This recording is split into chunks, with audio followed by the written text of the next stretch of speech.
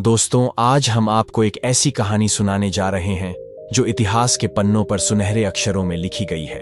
यह वह कहानी है जिसे सुनकर हर भारतीय का दिल गर्व से भर उठता है। यह कहानी है भारत के महान योद्धा पृथ्वीराज चौहान की और एक अद्भुत सुंदरता की प्रतीक, जिसकी सुंदरता अतुलनीय थी। राजकुमारी संयोगिता की यह प्रेम, साहस और बलिदान की एक ऐसी गाथा है जिसे सुनकर आप रोमांचित हो उठेंगे। यह कहानी इतिहास की सबसे रोचक और प्रेरणादायक कहानियों में से एक है। अगर आपको यह कहानी पसंद आए तो हमारे चैनल को जरूर सब्सक्राइब करें और हमारे काम को सपोर्ट करें। तो चलिए बिना देर किए इस अद्भुत यात्रा की शुरुआत करते हैं। भारत की भूमि पर एक योद्धा का जन्म हुआ जिसका नाम था पृथ्वीराज चौहान। पृथ्वीराज चौहान का जन्म 1166 ईस्वी में चौहान वंश के राजा सामंतराज चौहान और उनकी रानी कर्पूर देवी के घर हुआ था। उनके पिता अजमेर और दिल्ली के शासक थे, जबकि उनकी माता कर्पूर देवी एक बुद्धिमान और धर्मपरायण रानी थी। कर्पूर देवी न केवल एक रानी थी बल्कि एक आदर्श माता भी थी। उन्होंने बचपन से ही पृथ्वीराज को धर्म, न्याय और पराक्रम के मार्ग पर चलने की शिक्षा दी। वह हमेशा कहती थी, एक सच्चा राजा वही होता है जो अपनी प्रजा के दुख को अपना दुख समझे और न्याय के मार्ग से कभी न हटे। पृथ्वीराज चौहान बचपन से ही असाधारण बुद्धिमत्ता और साहस के लिए जाने जाते थे। एक बार की बात है, जब वह केवल 8 साल के थे, तब उन्होंने अपने खेल खेल में ही एक शेर को मात दे दी। एक दिन महल के पास एक खूंखार शेर घुस आया। सब डर के मारे छिप गए, लेकिन छोटे पृथ्वीराज ने बिना डरे धनुष उठाया। उन्होंने अपनी पैनी निगाहों से शेर की चाल को परखा और एक ही तीर से उसे ढेर कर दिया। उनकी यह बहादुरी देखकर सभी मंत्रमुग्ध रह गए। तभी से यह साफ हो गया कि यह बच्चा सिर्फ एक राजा नहीं बल्कि एक महान योद्धा भी बनेगा। पृथ्वीराज चौहान दिल्ली और अजमेर के शक्तिशाली राजा थे। वह चौहान वंश के गौरव और वीरता का प्रतीक माने जाते थे। उनके बचपन से ही युद्ध कौशल की गहरी समझ विकसित हो गई थी। तीरंदाजी, तलवारबाजी, घुड़सवारी, इन सब में उन्हें अद्वितीय महारत हासिल थी। उनकी वीरता की कहानियां दूर दूर तक फैली थीं। वह दयालु और न्यायप्रिय शासक भी थे। प्रजा उन्हें सम्मान और प्रेम से राजा रईस कहकर बुलाती थी। एक बार उन्होंने अकेले ही अपनी तलवार से एक विशाल हाथी को परास्त कर दिया था। यह उनकी शक्ति और अदम्य साहस का प्रमाण था।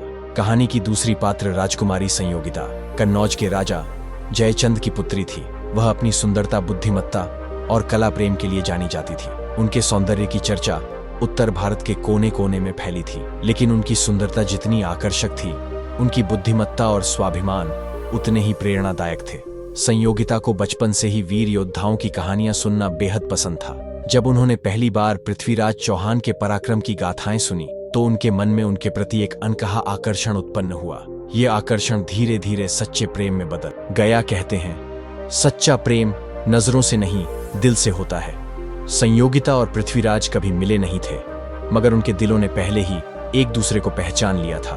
पृथ्वीराज चौहान की वीरता की कथाएं जब संयोगिता के कानों तक पहुंची तो वह उन्हें सुनने के लिए उत्सुक रहने लगी। उनकी हर बात, हर वीरता की गाथा जैसे उनके दिल के तारों को छूने लगी।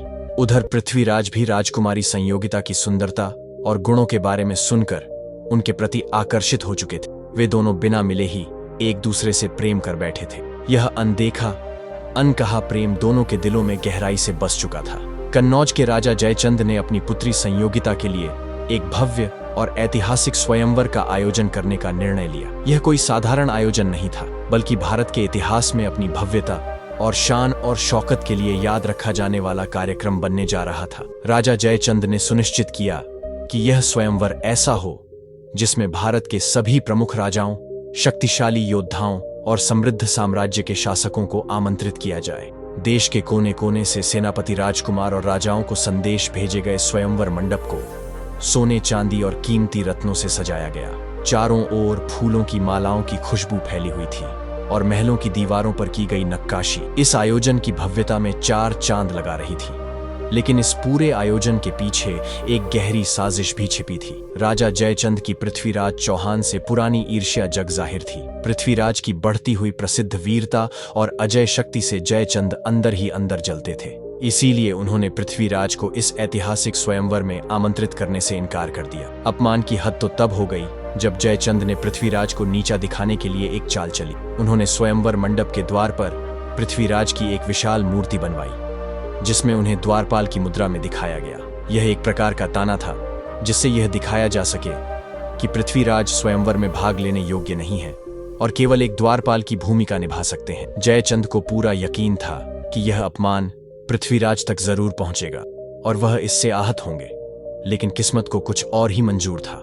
यह साजिश बाद में उनके लिए ही सबसे बड़ा झटका बन जाएगी। स्वयंवर के दिन महल की हर ईंट चमक रही थी।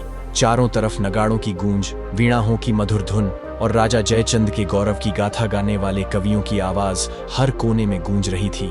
राजकुमारी संयोगिता के लिए बनाए गए सिंहासन को सोने और रत्नों से सजाया गया था और हर कोई उस अद्भुत क्षण का बेसब्री से इंतजार कर रहा था जब वह माला लेकर किसी एक वीर योद्धा का चयन करेंगी।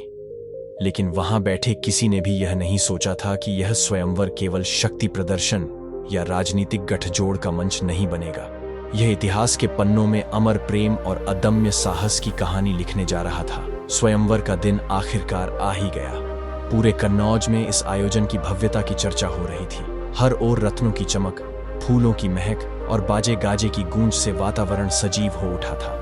राजा जयचंद के महल में भारत के सब शक्तिशाली राजा, राजकुमार और वीर योद्धा एकत्र हुए थे। हर कोई राजकुमारी संयोगिता का हाथ जीतने के सपने देख रहा था, लेकिन संयोगिता के दिल में पहले से ही किसी और का नाम लिखा जा चुका था। वीर पृथ्वीराज चौहान जैसे ही संयोगिता ने मंडप में प्रवेश किया, उनकी नजर सबसे पहले उस मूर्ति पर पड़ी जिसे उनके पिता ने द्वारपाल की तरह खड़ा कर दिया था। यह कोई साधारण मूर्ति नहीं थी, उसी योद्धा की प्रतिमा थी जिसे संयोगिता मन ही मन अपना जीवन साथी मान चुकी थी। संयोगिता के मन में उस क्षण अपमान की लपटें नहीं, बल्कि प्रेम की चिंगारी भड़क उठी।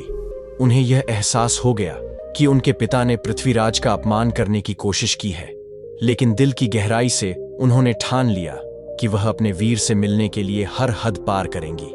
जैसे ही स्वयंवर शुरू हुआ, हर राजा और योद्धा पूरी शान से अपने गुण और पराक्रम का बखान करने लगे।